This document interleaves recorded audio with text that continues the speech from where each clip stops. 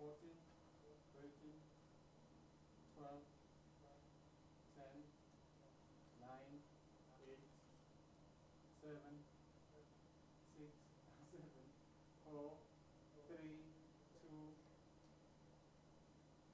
we're live. Thank you very much. Thank you very much. Good afternoon in some other parts of the world. And good morning to some other parts of the world, to Her Excellency, the South African High Commissioner in Canada, Madam Sibongiseni. Thank you very much, our dearest mother, to be with us in this powerful session. And also to all those that are connecting globally to our YouTube channel. Good afternoon, good morning, bonjour. Thank you so much for joining us in this powerful, event and a webinar that talks about celebrating global entrepreneurship week through the tourism value change globally. This is an amazing, topic today, and a thought leadership discussion that is going to be taken by our, esteemed guests and speakers that are here today to really talk about the role of tourism, because tourism is a key driver of our economies globally. And I'm sure business people will agree with me, because when they visit, countries on holiday, they ended up discovering, a business venture. And then Dr. Timakatso Malwela, the founder for the, Women of Value in Africa, she normally says that it's called business and leisure. And welcome to the Business and Leisure webinar globally. And thank you very much for joining us. And also, tourism has been a pivotal, plays a pivotal role in achieving the objectives of the heart of the 2032 global, agendas, when we're actually talking about the SDGs in terms of sustainable development. Commitments to gender equality, and also the empowerment of women in sustainable development goal number 5. The UN agency that is responsible for tourism, which is United Nations World Trade Organization, has committed its development in women in tourism. In short, it's called the UNWTO.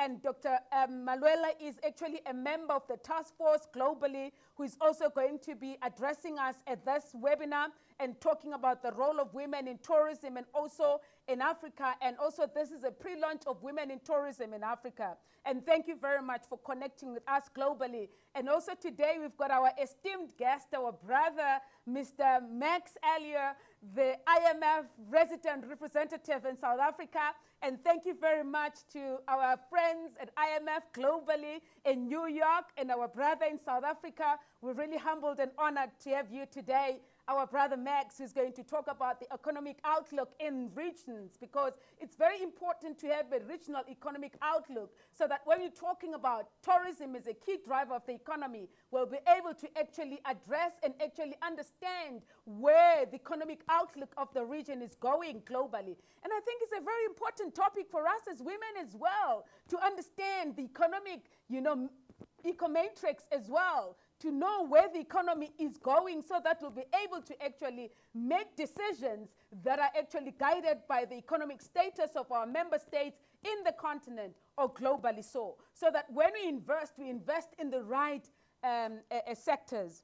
And then on that note, I'd like to actually articulate two things that the UNWTO has picked up.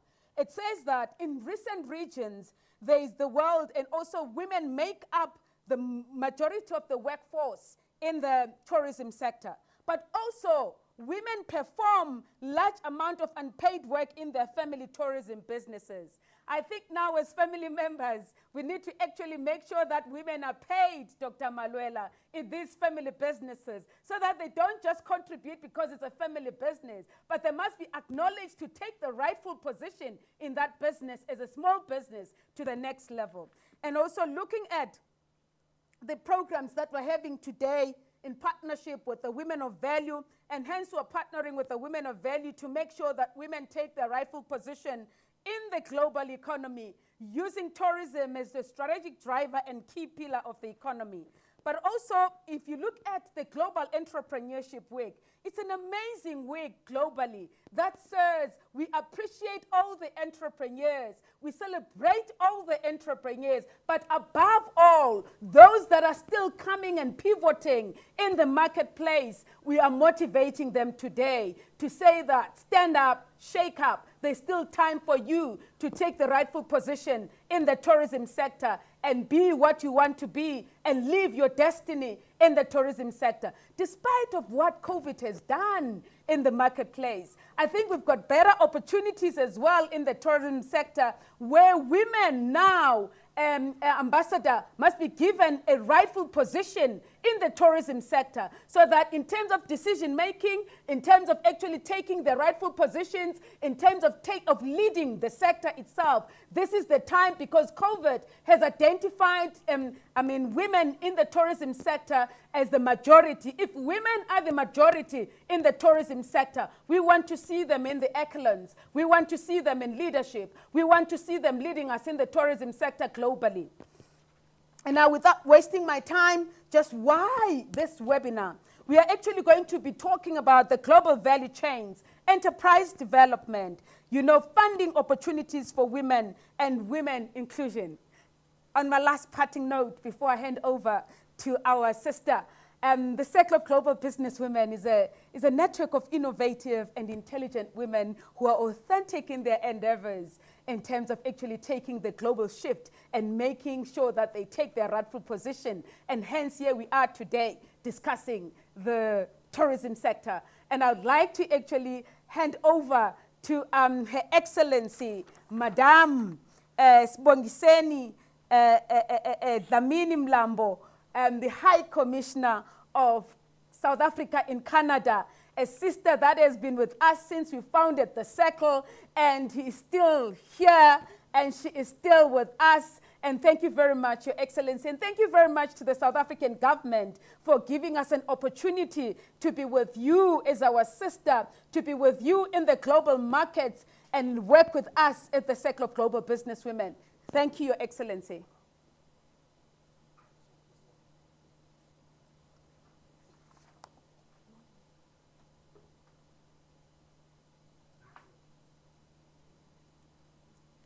Volume, Your Excellency.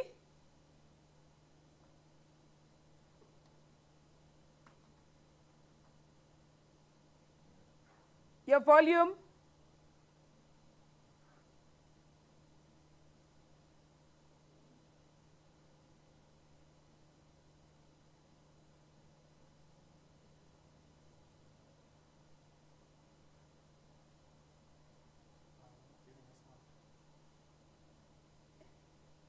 Your Excellency.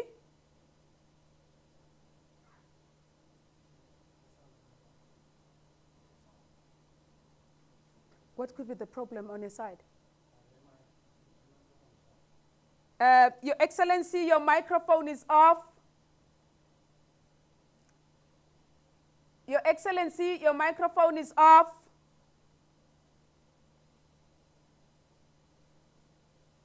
Your microphone is off, Your Excellency.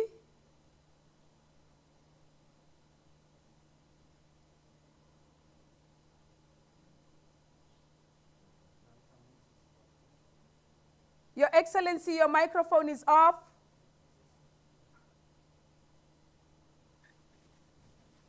In the meantime, wireless.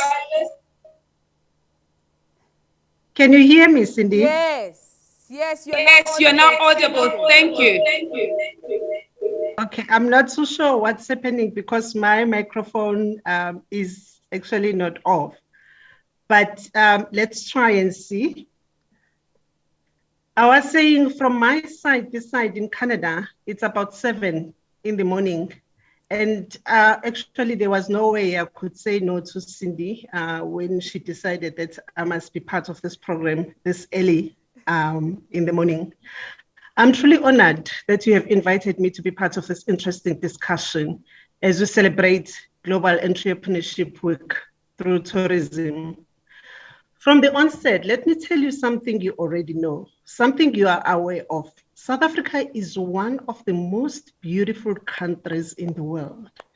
Every time I get an opportunity to talk about my country here in Canada, I get very excited. I make sure that my audience understands that our beautiful country, which is flanked by the cold Atlantic Ocean and the warmer Indian Ocean, whose waters meet at the country's and Africa's most southern tip in Cape Town, is a place where you definitely have to see to believe. I make sure that I inform my audience here in Canada that this is a country which is endowed with natural wonders. That's a playground with all the features travelers and investors look for in a country, including the weather, the breathtaking terrain, our wild animals, and our most treasured asset, the diverse South Africans who are known for being amongst the most upbeat, welcoming, and humorous people you can hope to encounter. Our painful yet interesting history, I tell them about it. And I tell them we do have the first world infrastructure. South Africa is a country which prior to COVID-19 offered tourists from around the world stunning holiday experiences and world-class hospitality. Here in Canada, just a few years before COVID-19, we had begun to see a steady increase of tourists from Canada to South Africa. We were hopeful that in time, Canada will be amongst the leading international countries like the United Kingdom, the United States, Germany, and Netherlands, with a huge number of tourists heading to South Africa. In 2019, South Africa was amongst the 5 largest African economies in terms of travel and tourism contribution to GDP. Team South Africa in Canada was determined to see this positive trajectory continue, and we are still positive.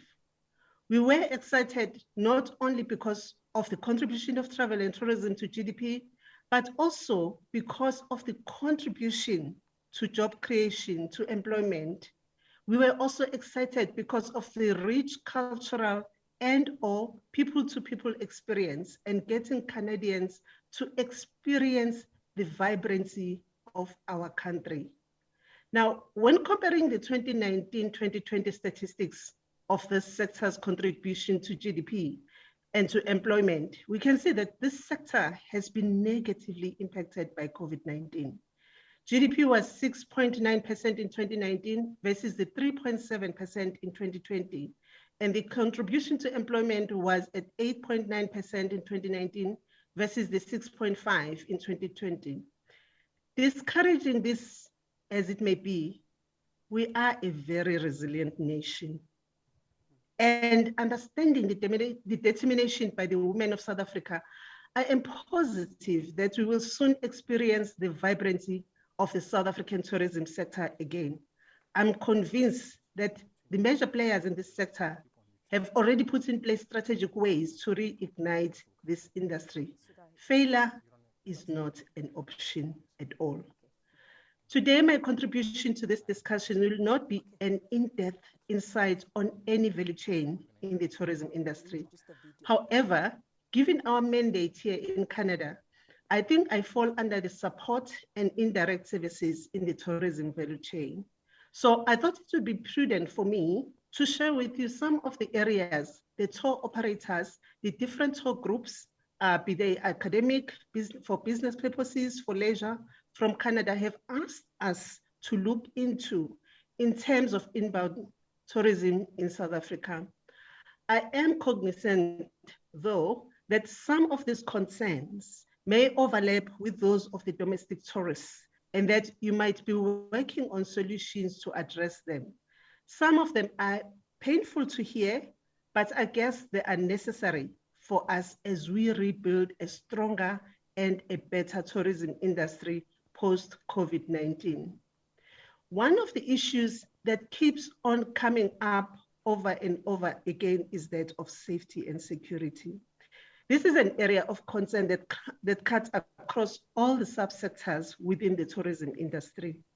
The fear of being mugged during tours, break-ins at some accommodation facilities, snatch and grabs, and eateries or entertainment spaces. Tour buses stopped by bogus police, etc. These have been raised on a number of platforms. I must point out that, unfortunately, social media is not helping because of what they post. It does not even help that the advisories in Canada alerts on the Canada website caution Canadians to exercise a high degree of caution when visiting South Africa due to significant level of serious crime. But I must point out that this advisory is not unique to Canada. A number of countries have such advisory about South Africa. Still on safety, while COVID-19 has affected the whole world, the association of our country with the 501Y-V2 variant continues to find itself in conversation as the South African virus, or they say the South African variant. And this labeling, unfortunately, does not do justice to our country and to this sector in particular. Let me look at the issue of transport and related services.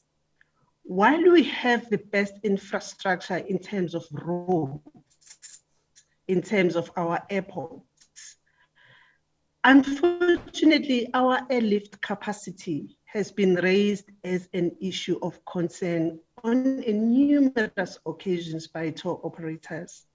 They will tell us that our country, but our airlift capacity does not match up. I hope at some stage you will find solution to this airlift, but it is a very crucial matter for our country and for this industry. Now, the tagging or labeling the 501Y-V2 COVID variant as the South African virus also affected the air transport as crippling restrictions to and from South Africa were imposed on many flights. There are, of course, other negative advisories for tourists to avoid using public transport. In terms of buses, tourists have been marked.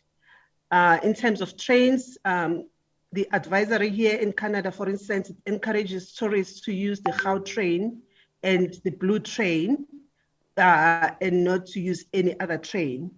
Taxis are not encouraged at all. Now, the other area, when it comes to accommodation, I did mention accommodation. I must say the positive things about our accommodation facilities is that they are held as clean and presentable compared to a number of countries. However, the concern is about how quick the fees rise, especially with the private and short-term home rentals. But when it comes to, again, advisories in terms of accommodation, Canadians are advised with regards to hotel and accommodation facilities that theft at hotels in South Africa is common. They are advised not to leave their luggage and valuables unattended, to place them in safekeeping facilities. And of course, there is an issue of energy. At some stage, there was an issue of water supply, but those things, fortunately, the water supply, fortunately, is no longer an issue, but the issue of energy is still a concern. Ladies and gentlemen, I know that we have a number of speakers here today who will contribute immensely to the discussion. This gathering provides us in our respective value chain with an opportunity to review our strategies in preparation for aggressively taking our rightful position in this industry. We can only succeed if we share information, if we share ideas, if we come up with strategies on how we recover sooner than expected. It is even more exciting that women are taking a lead in this industry.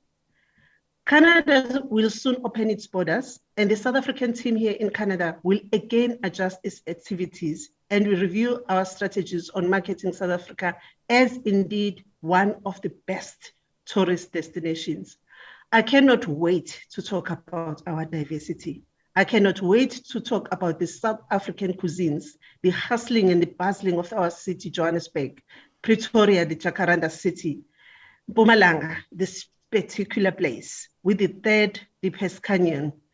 I cannot wait to talk about the valleys, the rivers, the waterfalls, the rainfalls, and of course, the God Window and the Kruger National Park.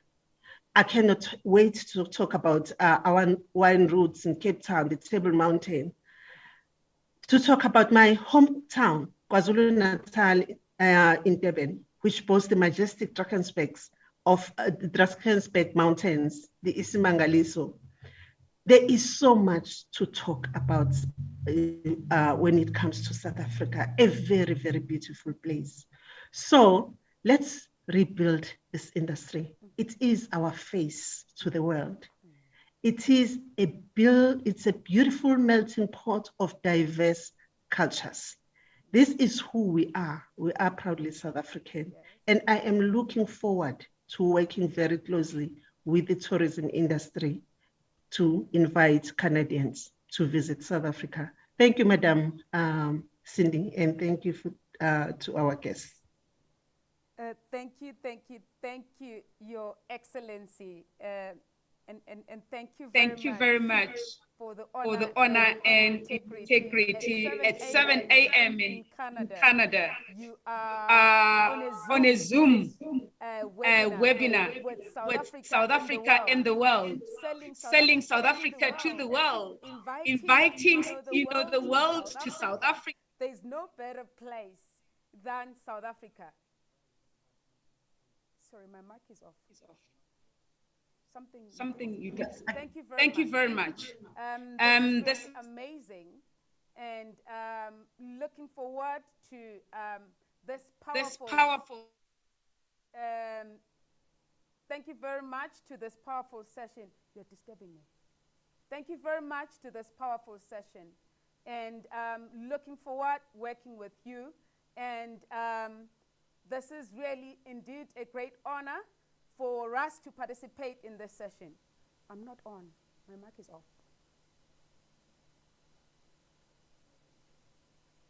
Thank you very much to this powerful session. And this is really an amazing program that we are working on, and looking forward to actually working with you.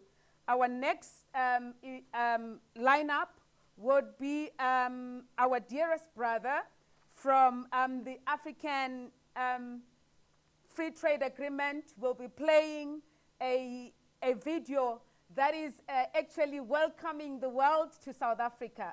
And thank you very much for actually listening to us. Please, can you play the video? And then I'm not audible.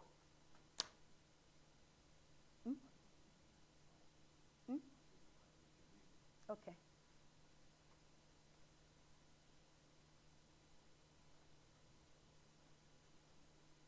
But you must indicate, because I don't hear myself.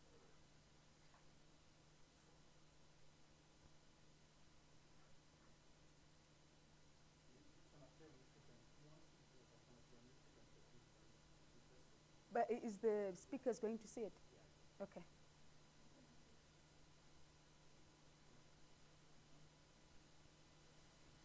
I encourage all of you to come. I encourage all of you to come to Durban from the 15th to the 21st of November 2021 to attend the second edition of the Intra-Africa Trade Fair, which was very, very successfully convened in December 2018 in Egypt. During that forum, we were able to conclude trade transactions with 35 billion United States dollars. The majority of participants were small, medium enterprises who were producers of goods, manufacturers of goods, providers of services, who through the platform that was provided by the Intra-Africa Trade Fair were able to make new business networks and trade transactions. We hope that this year's Intra-Africa Trade Fair will be even bigger than the first edition, and that we will exceed the $35 billion worth of trade transactions that were concluded in 2018.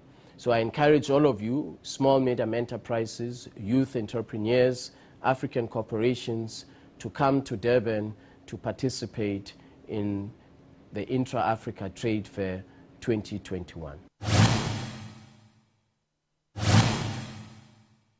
I encourage all of you. Voilà.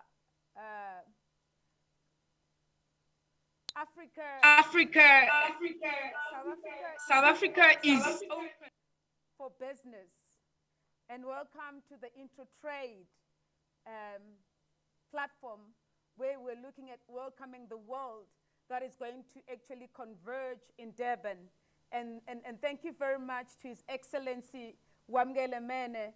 As the Circle of Global Business Women, we are in partnership with the Africa Free Trade Agreement, and this is indeed a great honor for us to actually have a partnership that is taking South Africa to global markets, that is taking South Africa to Africa. And thank you very much. As what Her Excellency was saying, South Africa is one of the most beautiful countries in the world in terms of tourism, and His Excellency has mentioned the good places to visit in South Africa. Without wasting my time, I'm going to call in my brother and the representative of IMF in South Africa, His Excellency Mr. Max Elliott, to be the next speaker. Thank you very much, my brother. The floor is yours.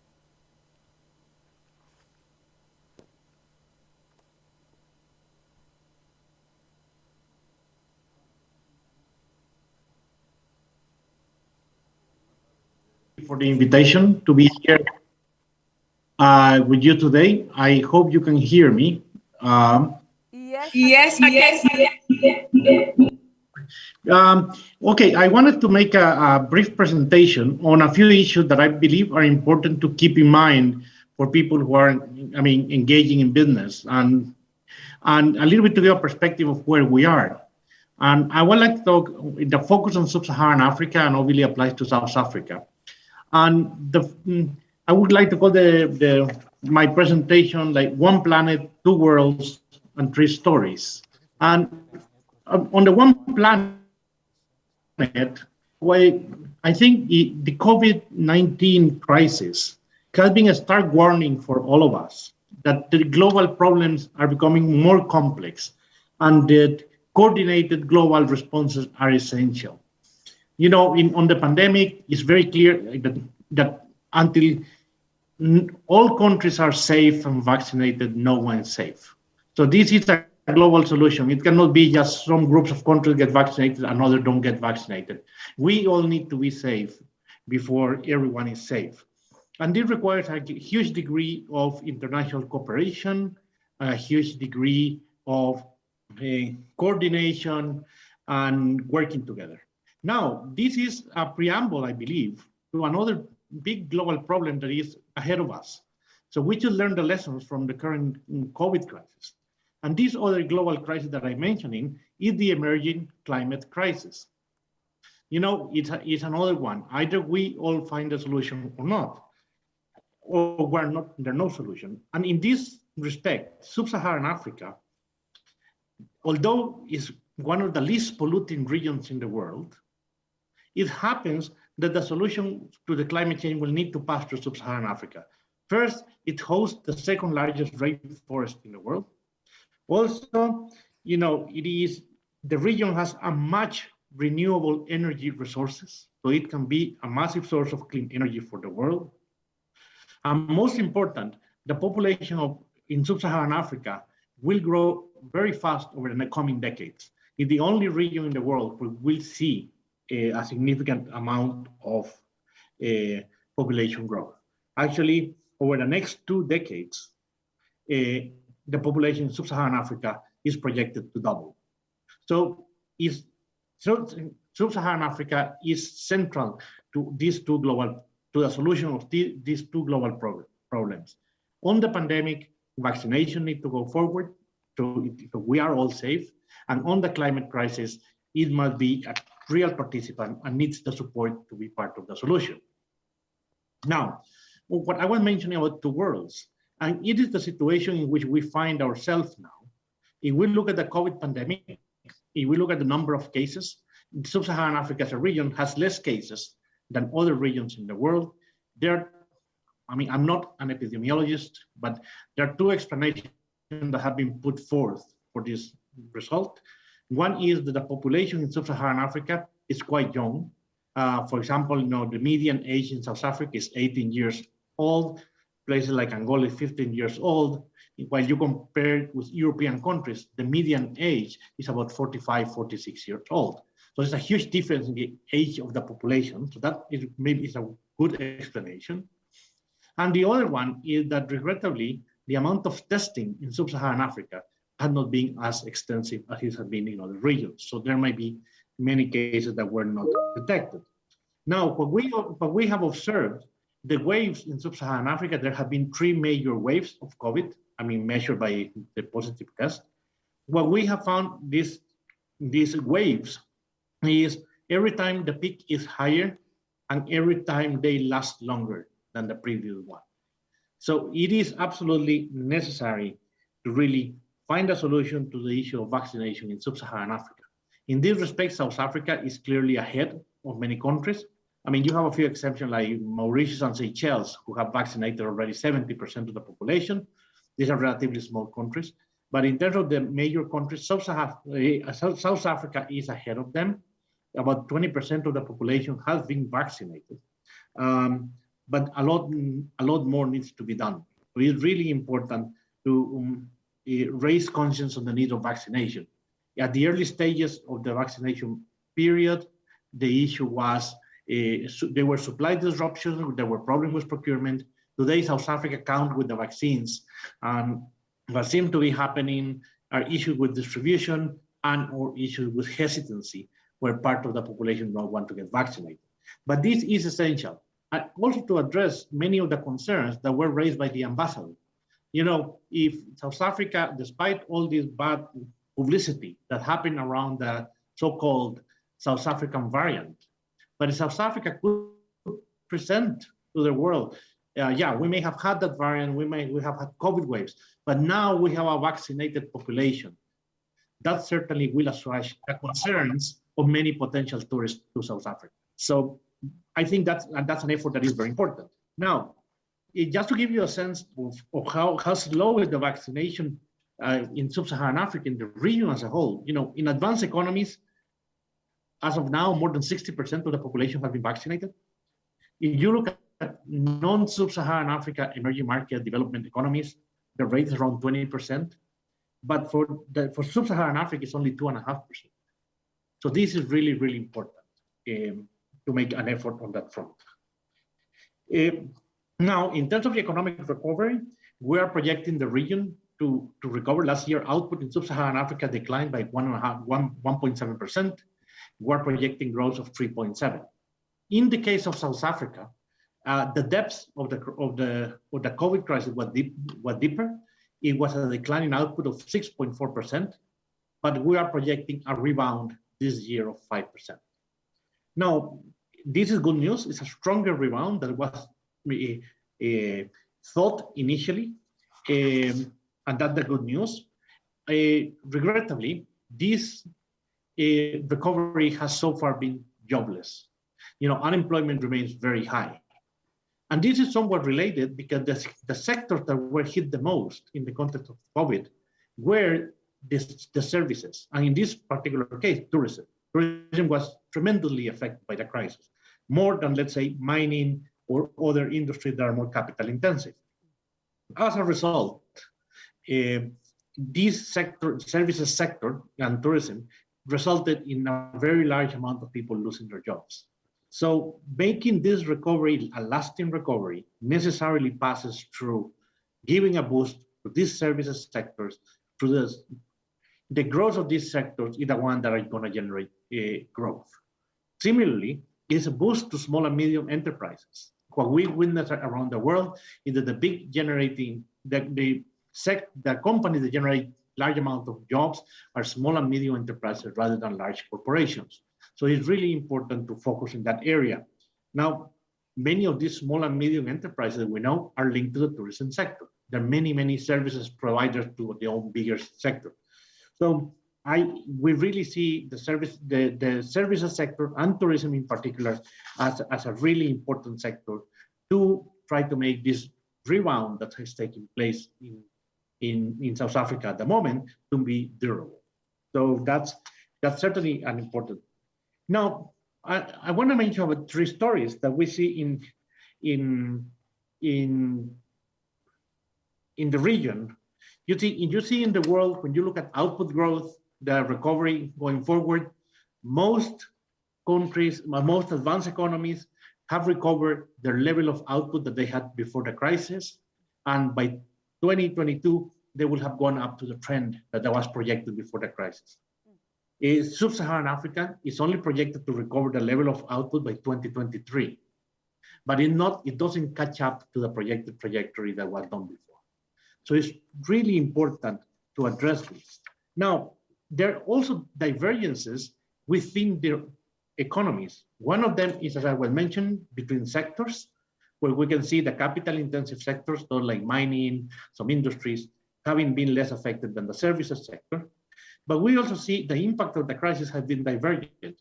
Women and children have been heavily affected. Children, especially in the case, because education in this part of the world, in this region, regrettably, children do not have as much access to computers, so they could not do homeschooling as it was done in the advanced economies. And that is a drag for them, and it also have long-term consequences.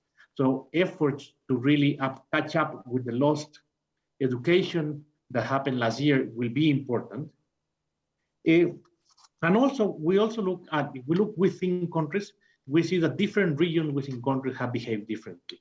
So there are many divergences, and it needs to be really understood and see what can be done in terms of policies to try to mitigate what has been happening. Now, the countries in this part of the world do, in many countries, but that focus in sub-Saharan Africa, do face a number of challenges in terms of economic policy, which are very important. One, public debt has increased quite significantly, so there's not much space to continue increasing the debt. At the same time, there are higher spending requirements, many of them associated with dealing with COVID and vaccination, and many of them dealing with the support that is needed for the economy to recover to the economic path in which it was before. But at the same time, raising taxes and raising the revenues has proven to be difficult. So as you see, policymakers, in these countries are facing those challenges. I think something that is important in these circumstances where the government has limited space to grow, to make large investments and those things, is really to focus on creating the conditions for the private sector to flourish. And many of the issues that were discussed before by the ambassador that hinder growth in the tourism sector apply also to the economy at large.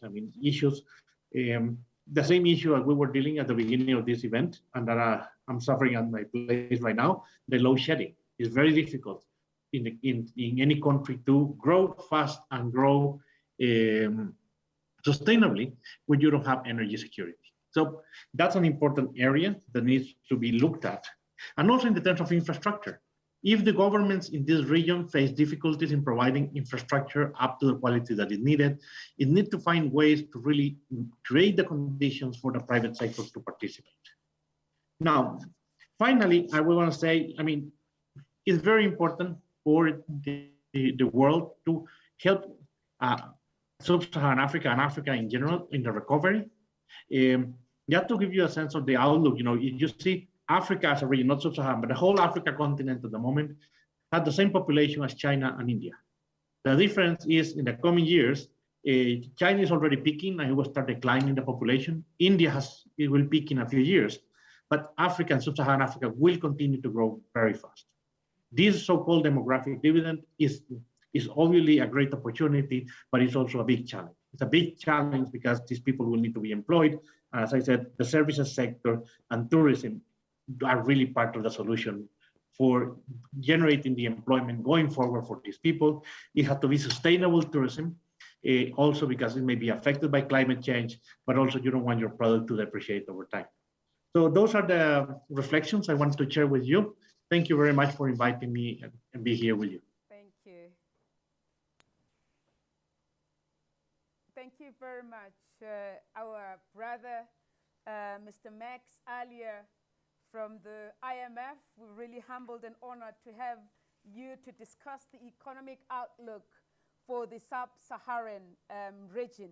I think this is one of the most important issues in terms of turning around any economy in global markets, but any economy in a member state. And thank you very much for the positive outlook for South Africa for the 0.5% that it has been projected, which is a positive note for South Africa's economy as well, and for the rand as well to be stable by the 0.5%.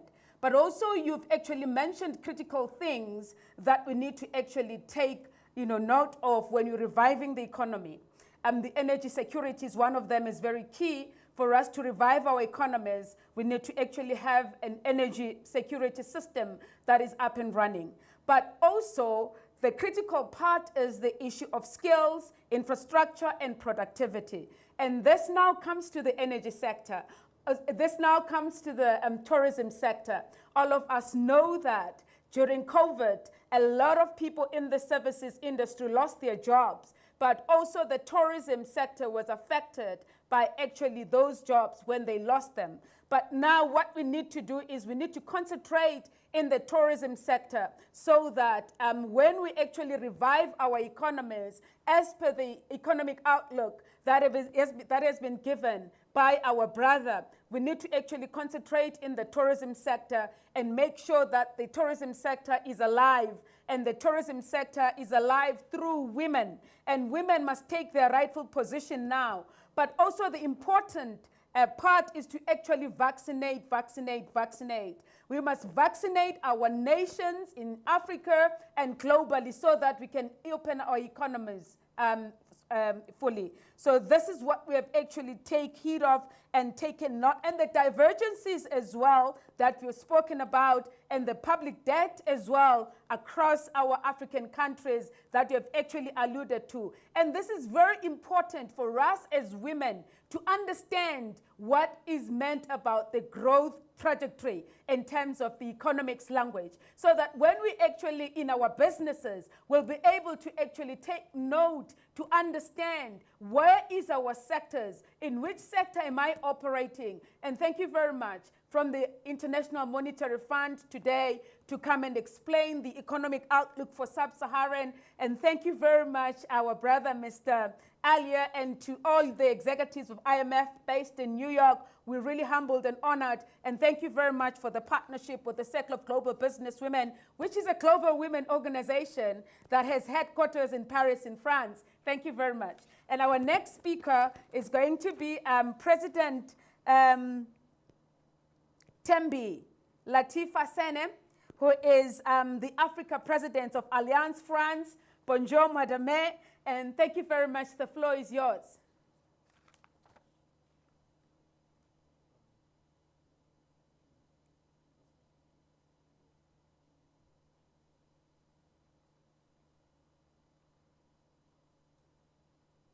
Cindy, thank you for the invitation. Can you hear me? Yes.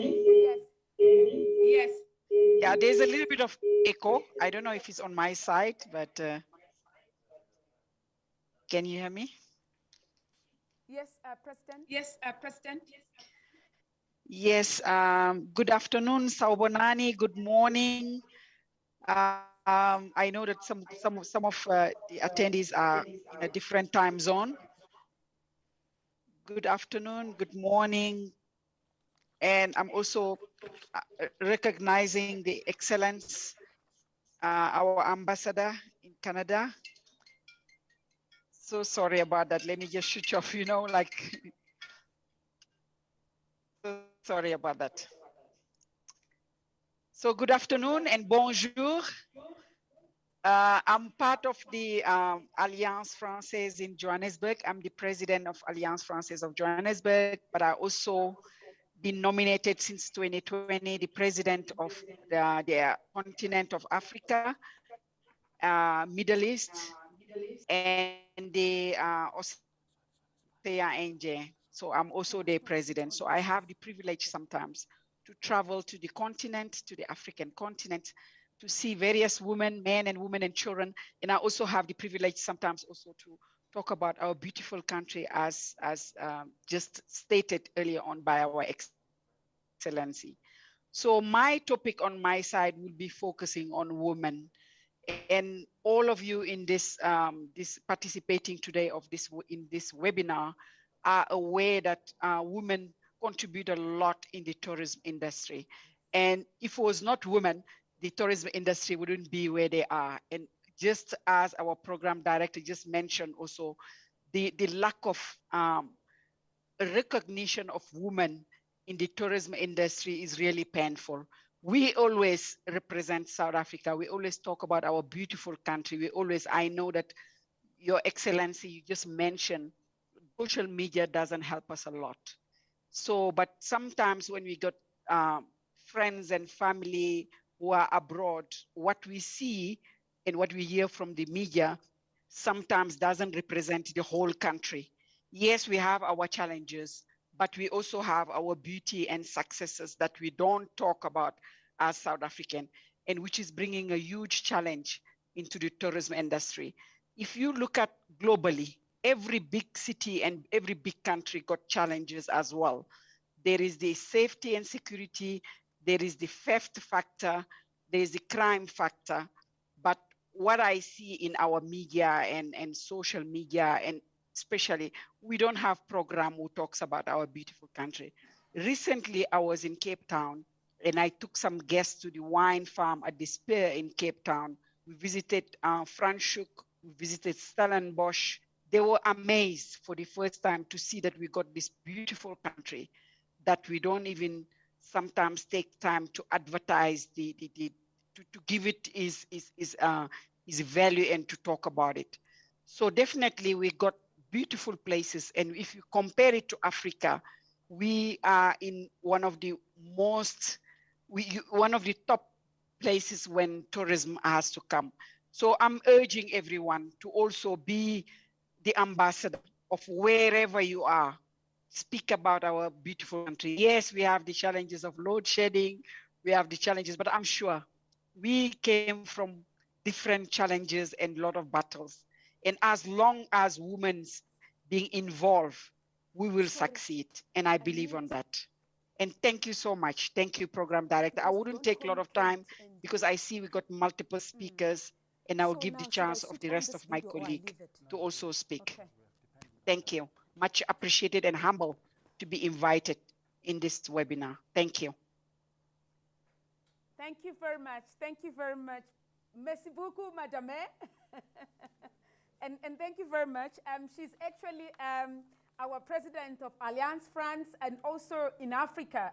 And we're really humbled and honored, our dearest sister, to have you as the president for the French community in Africa and also in the Middle East. And also, as I speak right now, I'm actually doing my French lessons through one of our institutions so that I can be fluent as well in French.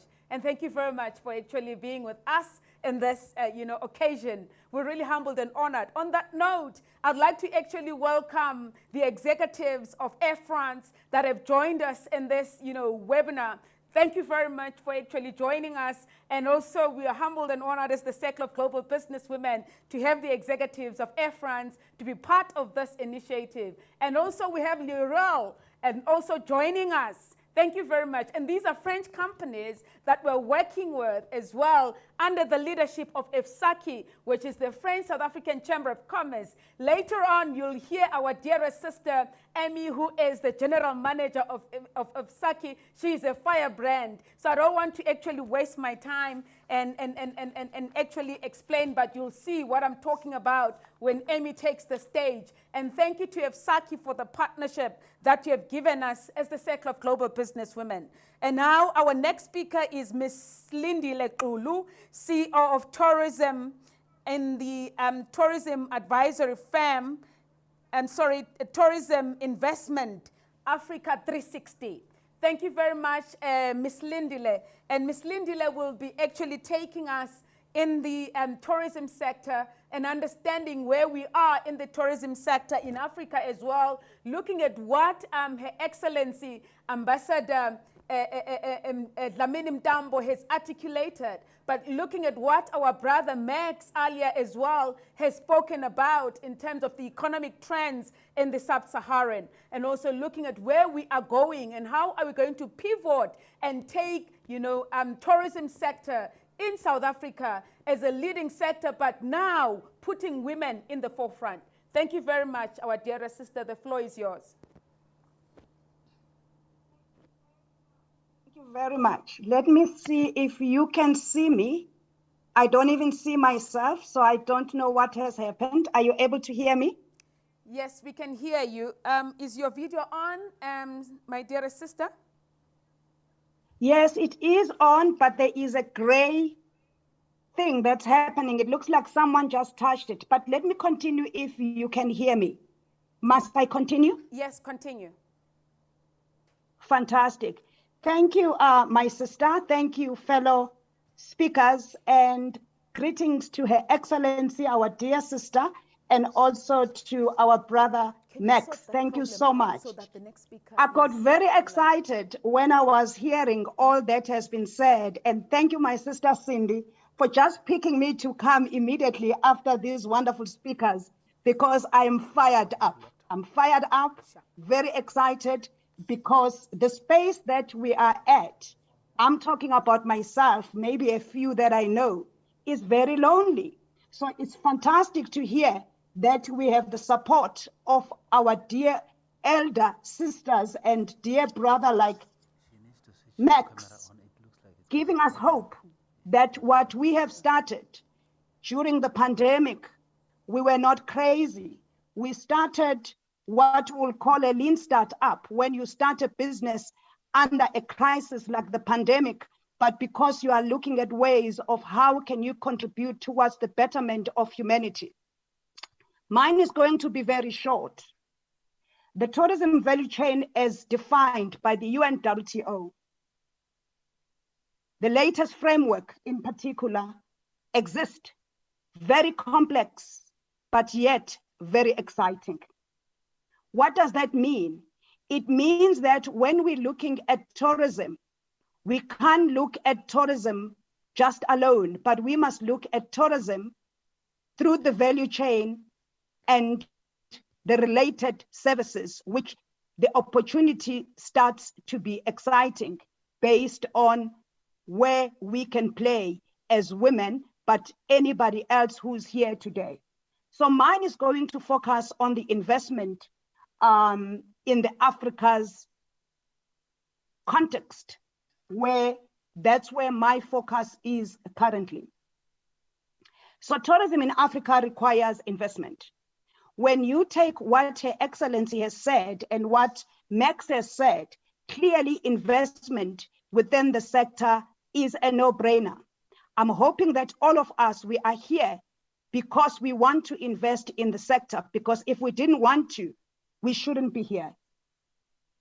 All of you and all of us in this platform must invest in tourism. Everyone here must be willing and ready to invest in the tourism sector. Africa has been ready for investment prior to the pandemic, as our previous speaker has touched on it. But we believe that the pandemic has given us a renewed opportunity and hope, and we must not waste a good crisis. There is countless funding that is out there, support programs, but the difficulty is bankable projects. Let me repeat that.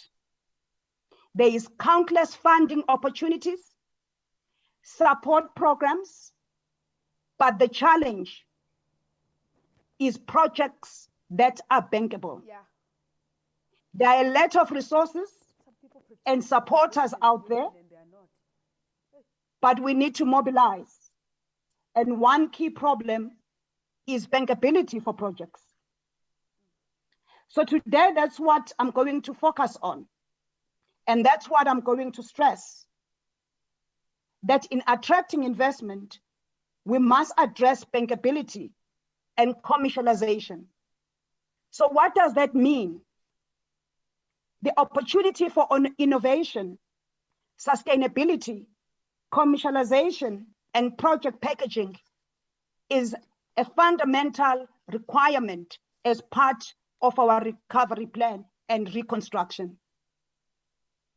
If you are in this game of tourism, you must be willing to invest in it. Women-owned tourism enterprises need your support. We must invest in human capital. Max is correct. I was addressing another platform yesterday where I said, we can collaborate as the private sector with the support of government that has limited resources, as Max has said it. But human capital is absolutely key because we have had a lot of drainage in terms of the skills in the sector. We need to bring back those women that have been driving the growth of the tourism sector. We need to invest in product development and experiences and package those for investment. We need to invest in the tourism value chain, which present a lot of opportunities for Africa's growth through tourism and related services. Governments to collaborate with private sector to make investment in the sector attractive, fashionable, but yet commercially viable. We need to recover, reconstruct, and invest. Africa is ready. Tourism is our face to the world, as Her Excellency has said. So we must stand up and we must shake up. I must say I'm one of those women that have chosen not to sit at the back and complain. I've chosen to stand up, shake up, disrupt, and lead in the space of tourism and investment. Let me end there, colleagues, but this is very exciting. I'm hoping that we are not going to come and have a wonderful discussion, fired up, but we don't come up with a resolution of what are we going to do together in this platform as leaders to lead and make a difference for the tourism sector. That we're not going to speak about this because it's 1 week of celebrating entrepreneurship globally. The way to grow our country in South Africa is through entrepreneurship, women, and through SMMEs. Thank you, madam. Thank you so much. Wow. Thank you, Ms. Slindile Xulu. This was very powerful. And what you have actually said is what it takes in the energy sector. This is the cornerstone of the tourism sector in South Africa, in Africa, and globally. And I like when you said that the framework of UNWTO is actually so complex and exciting at the same time. You know what is exciting is to actually look at those value chains. Let us interrogate those value chains and see how women can they participate in those global value chains. And I think this is our first point of call, our activity when we leave this the webinar, and I know you'll hear what President Malwela is going to say about the way forward, because now this is a pre-launch of the women in tourism in Africa, so that they'll be able to take forward on the resolutions that we're going to actually move on today. And the other one, you know, when you spoke about it, I was like, I'm an ex-investment banker by profession. And one of the critical things that I've discovered with entrepreneurs, they don't have bankable business plan. Money is all over, as you're saying. Support is all over. Now I'm throwing the challenge to the women globally who are listening to what you have said, to what I'm going to say. I would like to say, women, rise up and take your rightful position. And don't blame government for not taking up your rightful position. And don't blame private sector for not taking up your rightful position. The critical part is your bankable business plan. Let us actually go back to our own companies, to our own mentors and coaches. Speak to them. Let them guide you to have a bankable business plan, because money is there. But the problem is women always come up with business plans that are not bankable. Ms. Lindile Xulu. And that's one of the challenges in any sector that we are facing globally now. Now I'm talking as a global president. And this is the challenge that we have with women entrepreneurs globally. So now I think in the conception of the women in tourism, the first one is to assist women to come up with bankable business plans in the sector, because money is there, but the problem, women come up with business plans that are not bankable. And thank you very much for actually addressing that. And the second one, as you're saying, it's human capital. We need to build on human capital, because what COVID has done, it has given us an opportunity as well as women to take our rightful position in that sector. And women now must come forward and take their rightful position in that sector. And government and private sector to collaborate to assist women entrepreneurs in the tourism sector. And I would like to actually give gratitude and honor to our president in South Africa, President Ramaphosa. He's working tirelessly. I'm sure, I mean, on the 4th of October, you saw what happened in South Africa. By then I was in Paris attending the Africa Ambition Summit. The president hosted a powerful, congregation of women, which is called the Women Economic Assembly, which is led by the chairperson, Dr. Futhi Mtoba, who is the member for the Circle of Global Business Women, co-chaired by Sis Namhla Mnigi, who is the DDG in Women Economic Empowerment in the President's Office, where the presidency is bringing private sector and government to work together and collaborate and assist women entrepreneurs. This is now the practicality that we are talking about, that we have seen in the South African environment. And I would like to urge all the member states in Africa to look at this powerful initiative that South Africa is leading at the moment, and also globally. And without wasting my time, I would like to actually call the next speaker, Ms. Lee Zama, who is the Director of Tourism Advisory Firm. Thank you very much, Ms. Lee Zama.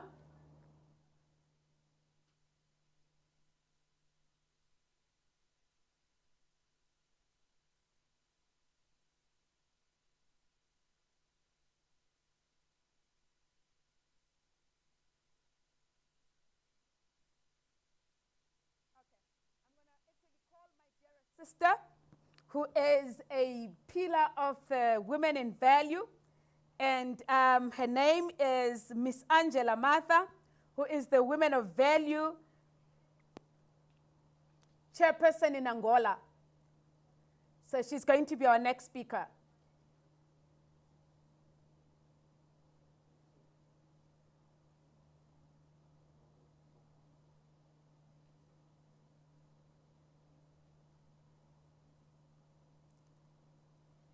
I see Miss Zama is there.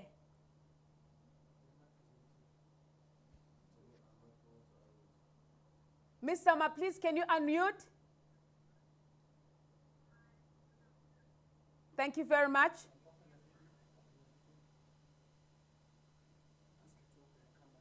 Please, can you open your camera?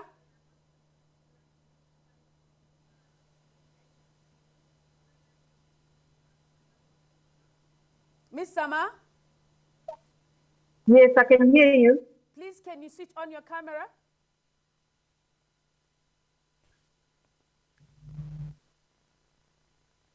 Thank you very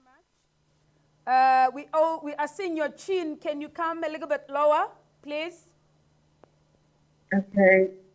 No, you're going up. Go down. Thank you very much. Okay. The floor is yours, madam. Thank you. Sorry. All right. Thank you. Thanks very much for the opportunity, and it's really lovely to hear all the esteemed speakers that are very passionate about issues of women in tourism and the larger macroeconomic space within tourism operates. My view on this one is just to say a few points relating to, we are in this space where we are recovering from the tourism devastation from COVID, and obviously that recovery has to be inclusive. And if we talk to specifically in South Africa, and I've had obviously Cindy earlier on illustrating about the tourism investments, is that we have a 2030 strategy which was adopted by business, and the new administration adopted this 2030 strategy where we said we'll hold over 10 million visitors into the country. And that strategy needs to be supported by very strong tourism products and services, which means the devastation that we saw from COVID, some of those, especially small businesses, are not going to be able to make it today because it's totally impossible for them to do so. So the investment that government tried, from where I sit, it was a non-investment altogether because there is hardly any small businesses that are ready to survive for as long as the tourism sector has stayed without any business, which is literally in the space of 2 years. It's really tough. So we'd like to see a more decisive action and deliberate from government to ensure that they put money into women-owned businesses, youth businesses, to ensure that we move to the next stage. And as we grow and the tourism sector starts to show some growth shoots, and we seeing some real investments from the sector, because that inclusive growth, this is the time to really do it. But I must be honest, from where I'm sitting, I haven't seen that decisive, deliberate action that takes care of some of the nuances that come from being a small business and that come from being Black, and which needs to be looked into. So it will be very interesting discussions going forward, where to look into tourism investments directly and the impact of this going forward. But what's some of the greatest learnings out of COVID, and I'm glad you actually played a video of the Inter-African Trade Fair coming up this week. You'll be there as an SMME Chamber of Commerce, which is the organization I'm heading now. And main reason we are there is that we want to be part of the discussion as representing SMMEs in the continent about the voice as people discuss the Africa intercontinental trade, that small businesses need to be seriously participating and have a great voice in there now. But what we've learned from COVID is that intra-Africa trade is everything. We are not going to be able go to the next level if we're going to be relying on the global network. And of course, the world is totally interconnected. You can't run away from that. But intra-Africa trade is the future, and therefore tourism products, which I'm passionate about tourism. I spent many years in the sector, is that we need to ensure that we have products that speak to African consumers, African travelers, African tourists. That is where we should be attracting more for South Africa. In fact, in this 2030 strategy, Nigeria is one of the key countries that are in the list. So, and the focus therefore from all sectors, because when the industry says this is what we want to do, you expect government to move with us in that direction to say, what are you doing to ensure that we attract those markets and we improve on tourism numbers in the country? Because that's the only key priority to ensure that South Africa grows, and it can only grow because of small business. And we know that the tourism sector is a sector that's quite resilient and has got greatest potential to add numbers in terms of employment and turnaround in terms of growth. So that being said, and I'm glad that High Commissioner Dlamini Ella discussed what we call legacy issues in this country. As we talk tourism growth, we have real issues which we haven't dealt with. And those issues go back to the crime that she stated.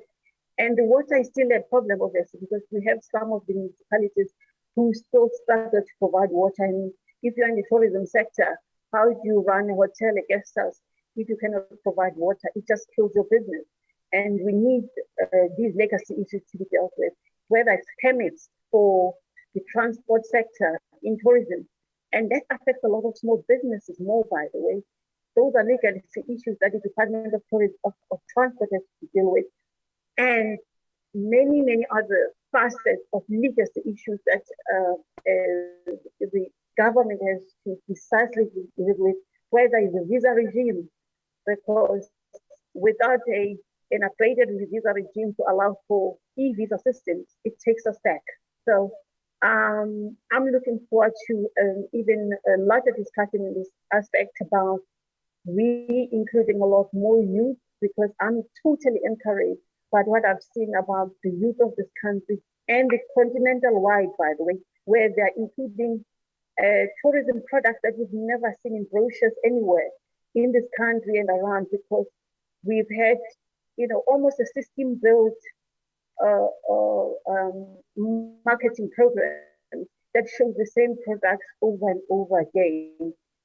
But with young people coming up with programs, the Africa will show you they're coming up with really excellent projects and products that can really turn around and make Africa an attractive destination and with a lot more products than the usual that we see in most of the platforms. So, ladies and gentlemen, thank you very much. This is my few points, and I really look forward to even a wider engagement in some of these aspects, because we know this is an industry that has a huge potential.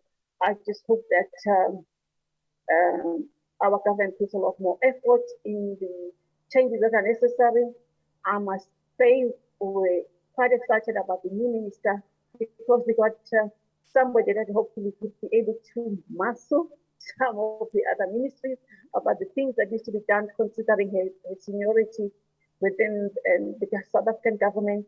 And we hope to see a lot more in that regard, because changes have to happen, and this sector needs to be given the platform that it deserves in terms of turning around the economy of this country. Thank you so much for the topic. Thank you very much, Ms. Lizama, for this powerful analysis, and well as what Her Excellency did in terms of our tourism sector. But the most important thing that came up from you very strongly was the role of SMMEs in the tourism sector itself. When you said that, I'm going to be there myself in Durban, I'm like, wow, go for it. And you're a woman, and you actually take charge. If you look at just the statistics of the Africa Free Trade Agreement, is the world's largest trade organization globally, with a over 1.2 billion population. But if you look at the growth trajectory as well, you look at even over 5%. Now we are talking about a population of about 6.3 trillion US dollars, as economic analysis, say about, the Africa Free Trade Agreement. And also what is so amazing about it, we have a Secretary General that has been in the trade sector for quite some years, dealing with trade issues globally. And now he is leading the Africa Free Trade Agreement. And I think what is important as well is the role of women and youth, because he's actually made it sure that the role of women and youth are very important and critical to make sure that women take their rightful position in the Africa Free Trade Agreement, in the implementation, but not forgetting women that are actually informal traders, that are actually doing the cross borders. And those are resilient women. And those are the women that belong to the implementation of the Africa Free Trade Agreement. But what we need to do with them, we need to actually make sure that they register their businesses. Oh, there are challenges as well in their environment. And some of them, they always, being harassed because they're not registered, their businesses in the border. And some of them, they wait for days and days. And this is what the Women Trade Protocol is addressing at the moment, to actually look at creating an enabling environment for, informal traders to be able to move from one country to the other. And thank you very much for actually highlighting that, Sis Lindizama. and also looking forward to the outcomes of your trip to Durban so that we can actually look at a way forward in the women in Africa in tourism and make sure that it's led by women and Africa is lit and women are taking their rightful position. Now we're going to actually have our dearest sister, Miss Angela Martha, who is the chairperson of Women of Value in Angola. Before I call her, I'd like to actually acknowledge another important person in our midst, who is the ambassador of tourism in Mozambique, who is also a representative of the Business Women Council in Mozambique. Ambassador Linda Fernando, thank you very much for actually joining us. Thank you very much.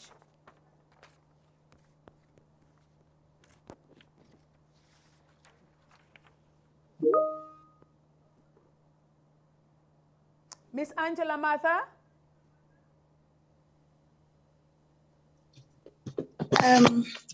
Thank you so much. Yes, I'm here. I will try to see if my video will work well. Okay. If not, I will talk without the video. There you are. I'm not at home, neither in the office. I'm on the road, just coming yesterday late for a very long trip in Central Africa. And that's why my voice is the way you see. You can hear now, the voice is not good at all. I was not supposed even to talk, but I hope everybody can hear me properly. Good afternoon, each one.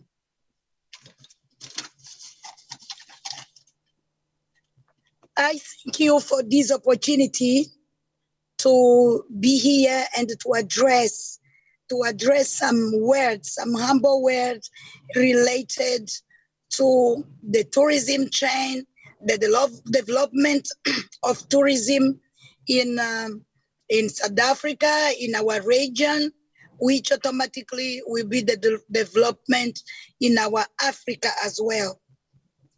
From the few experience that I could get about the tourism, which experience come from the exchange with other stakeholders on the tourism, and also from what we have seen during COVID, it allows me to say that tourism is really powerful, and it is possible for tourism to survive in spite of all challenges that we can face. Also, we can say that if when we focus on the tourism development, automatically we are touching each sector of our economy development. This is the way how our government and all other stakeholders in tourism could see the tourism. Tourism is not alone, and the tourism makes possible all other business. This is how we can talk about tourism value chain. If we have good strategy and good projects, well worked about tourism, we can have our industry developed.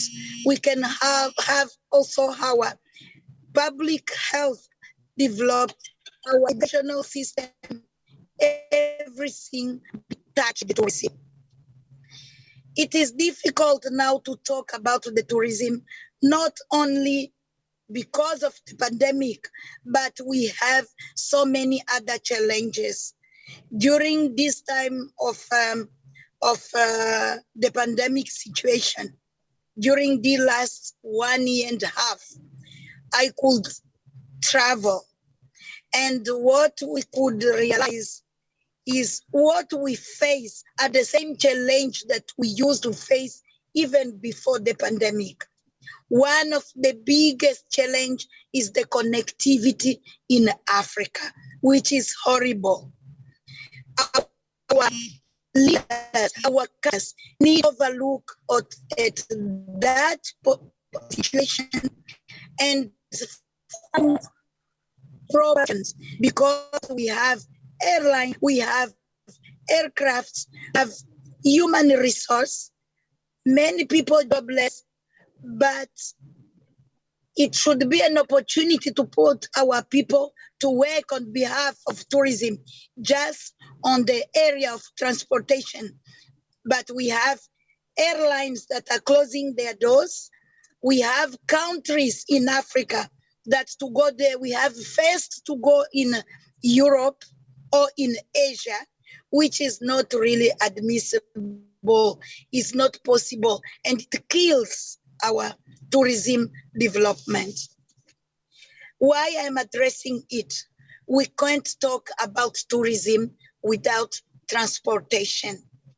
Is the transportation is a key. It is a key. How can I say?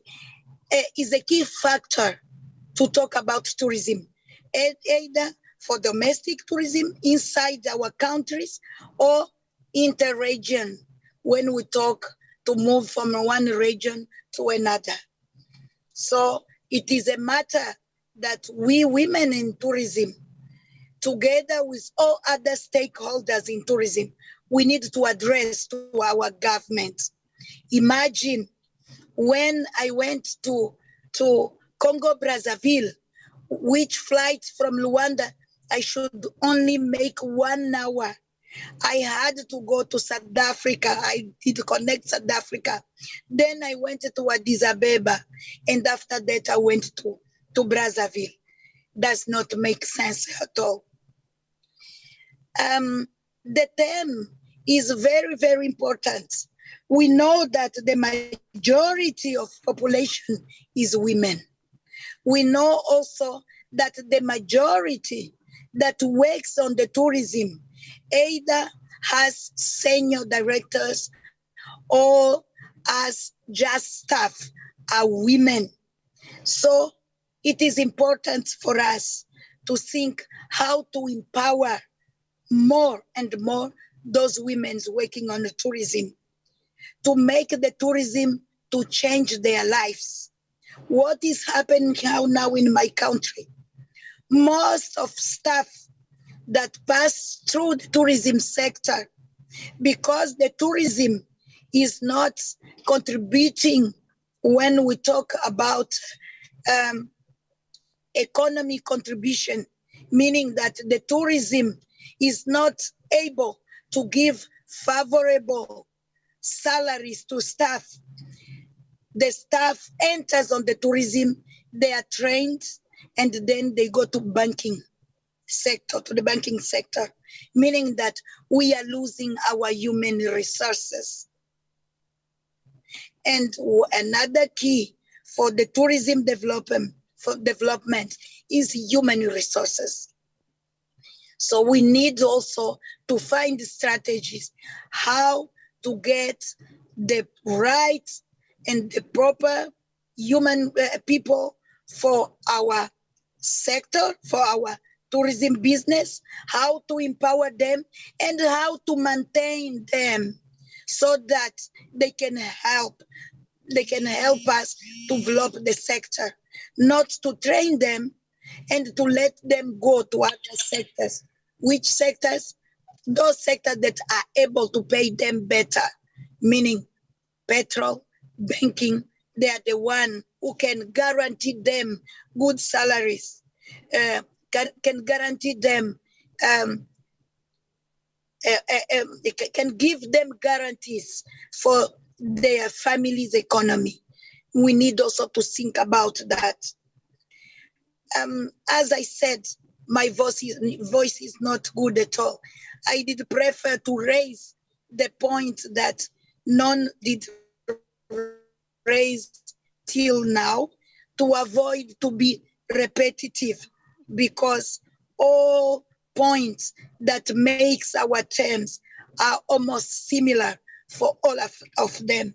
What we need is to be focused on all of them and to see which one we need the help of our governments so that implementation of them can be effective, and which one this private sector needs to take a lead and make a difference and make our sector grow.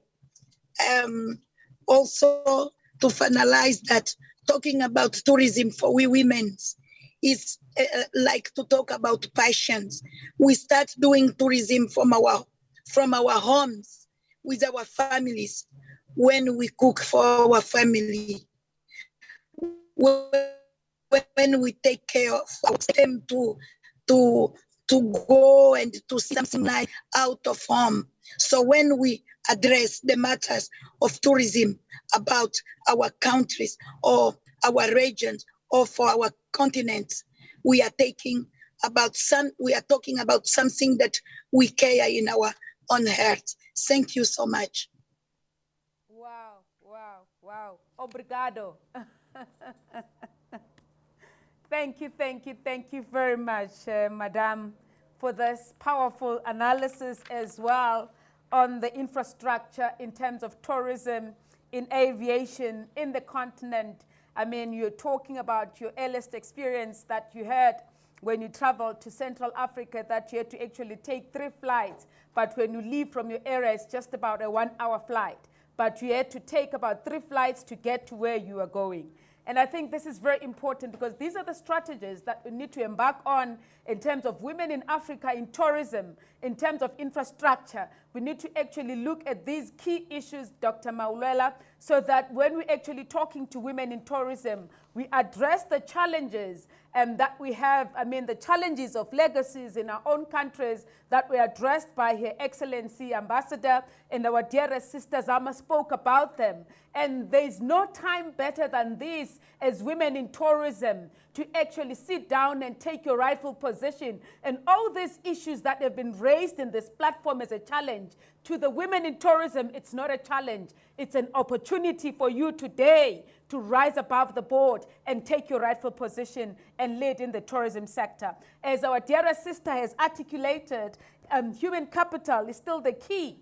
But also, each and every single speaker that spoke in this platform, they've raised the issue of actually, let us be the ambassadors of our own countries in terms of tourism wherever we go. We speak about the good of our own country in the tourism sector. And I think this is very powerful, because when women rise, nations rise. When women in tourism rise, the global economy in tourism, or the continental economy in tourism, or the South African economy in tourism will definitely rise, because women are going to be united and take their rightful positions. Without wasting my time, I just want to actually call an important guest today, who is an inspiration to the Circle of Global Business Women, but an inspiration to young women who actually, decided as an architect that you'll actually open your own skincare company, which is called Kiba Skin. And also, she's 26 years old. And she's also nominated for She Awards Africa Under 30 program as the most prominent company founder in Africa under the 30 category. And I just want Matsepo just to, inspire us as a young entrepreneur, because some people have taken 5 years to make their businesses to take off. But with her, she only took 8 months. And guess what? She lost her mother in December, but she's still standing. And I think this is a very powerful story, a powerful motivation for women in any sector to take her seriously in what she's going to say. Thank you, Matsepo. Thank you so much, Ma'am Cindy. Good afternoon, everyone, fellow speakers, and to all the guests joining us today. I really appreciate the opportunity to be a member of the Circle of Global Businesswomen and this platform for me to share my story. My name is Matsepo Muluti, a creative by birth, an architectural technologist by profession, a self-taught makeup artist, and a beauty entrepreneur by passion. I call myself a creative visionary because I believe that is my purpose. I started calling myself a creative visionary after a recent magazine article I had with Ella magazine, and they titled my article, The Creative Visionary. I used to struggle with questions like, what do you do for a living? Or what industry are you in? Or tell me about yourself. Because I do a lot. And I believe being the creative and innovative thinker that I am, I didn't want to limit or box myself to being just an architect or makeup artist or an entrepreneur. I wanted a term that fully embodies and defines my personality, my profession, my passion, and my purpose. I'm 26 years old and I'm from Phokeng, the capital village of the Royal Bafokeng nation in Rustenburg in the Northwest Province. I'm the founder and CEO of Geba Skin Organic Skincare, which I started this year in April. I named the skincare brand after my mother, Geba Gai, who I lost to COVID in December 2020. This is the woman who nurtured and my passion for the beauty industry and supported each and every business idea of mine. Therefore, this was the best way for me to honor her and keep her memory alive. I've always known that I want to have my own beauty brand one day, but I didn't think it would happen this soon. Another reason is because I was bullied in my teenage years. I understand how a skincare issue that you have no control over can lower your self-esteem and affect one's self-confidence. This skincare brand is also a solution for most of my makeup clients who have skincare issues that they constantly want to conceal with makeup. I want to help them get their confidence back and be comfortable in their natural skin. My products treat and heal issues like eczema, acne, hyperpigmentation, and uneven skin tone. As an advocate for women empowerment, women entrepreneurship, and education, one of the things that this brand has allowed me to do is to motivate, inspire, and to heal. Healing not just physically, but emotionally and spiritually. One of the things that I want my brand to teach people is to turn adversity into opportunity. With what the world has been through since this pandemic started, it has scarred all of us. We have lost something: jobs, opportunities, loved ones, time, and to an extent, we've lost ourselves too. And we all need healing. That is what Geba Skin is doing for me, which I hope it will do the same for each and every aspiring entrepreneur or entrepreneur who gets to read or hear my story, and to push and motivate them to turn business ideas into adverse situations into entrepreneurial ideas. So the question that I always get the most is, what keeps you going? How do you do it? How do you manage to achieve so much within such a short space of time? The first thing for me is I've never wanted to disappoint my parents. And naming this brand after my mother was a serious commitment to say to myself, I cannot disappoint my mother. I cannot wake up one day and say, I'm giving up on this business. The second thing is that as an entrepreneur, I always start with the end goal in mind, because every step I take after visualizing where I want to see my business or my brand in future will be very strategic and focused. And if you know where you're going, your focus can never be distracted. You're able to say no to to anything that doesn't serve your vision of the woman that you want to be. It is very imperative for me to never stop equipping myself with education, especially in business and entrepreneurship development. On the 22nd of October, I completed my leadership, business and entrepreneurship development training with the YALI, which is the Young African Leadership Initiative with UNISA. I'm also part of the 12-month Basadi development training with Standard Bank. And I'd also like to see myself studying towards an MBA in business and general management in the near future. I was fortunate and blessed to have been one of the women who was awarded with the business funding by Hollywood Bets, an initiative with Carol Shabalala and Nomza Mumbata. And I have also received funding from the Royal Bafokeng Enterprise Development for my business. I've also been featured in 3 magazines in the last 3 months, with 2 CoverGirl magazine features coming in December. I've also been nominated in the She Africa Awards in the most promising founder under 30 category. And I've also been nominated in the Women's Lifestyle Awards in the Women in Business category. My goals for 2022 are big and exciting. I'm working towards having my own very first Geba Skin store. I also plan to have my products available in other African countries. I'm looking into coming up with one of the most creative and innovative cross-sector collaborations, especially in the tourism sector, the mining sector, and the automotive sector. Also, being a YALI alumni has connected me with potential business partners in Southern Africa, which has also opened up an opportunity for me to expand my brand into other African countries.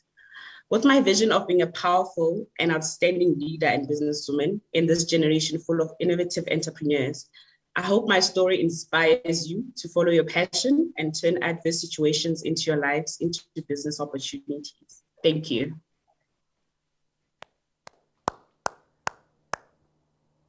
Wow. When Matsepo speaks, I just feel like, standing. She inspires us and she's just a firebrand. When she says, take adversity to an opportunity, this is exactly what she has done. This is what authenticity is all about.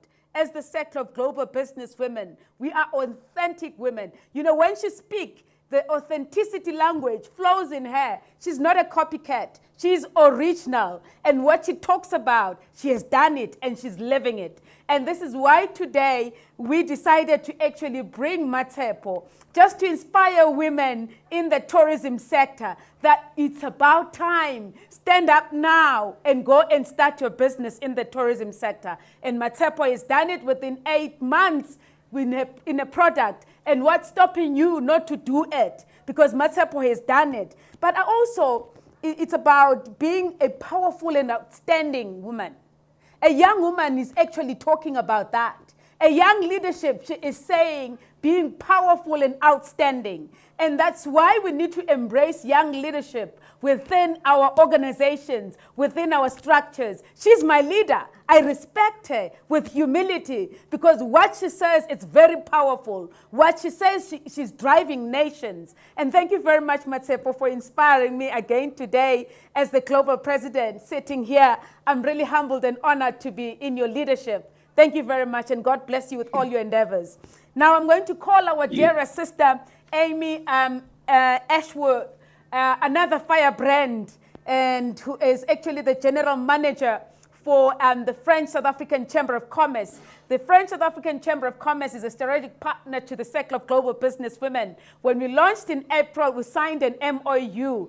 And the things that we have done since the launch in April, they're quite amazing. And the driver and the engine of the work behind the scenes is our dearest sister, Miss Amy Ashworth. Please, the floor is yours, Sister Amy.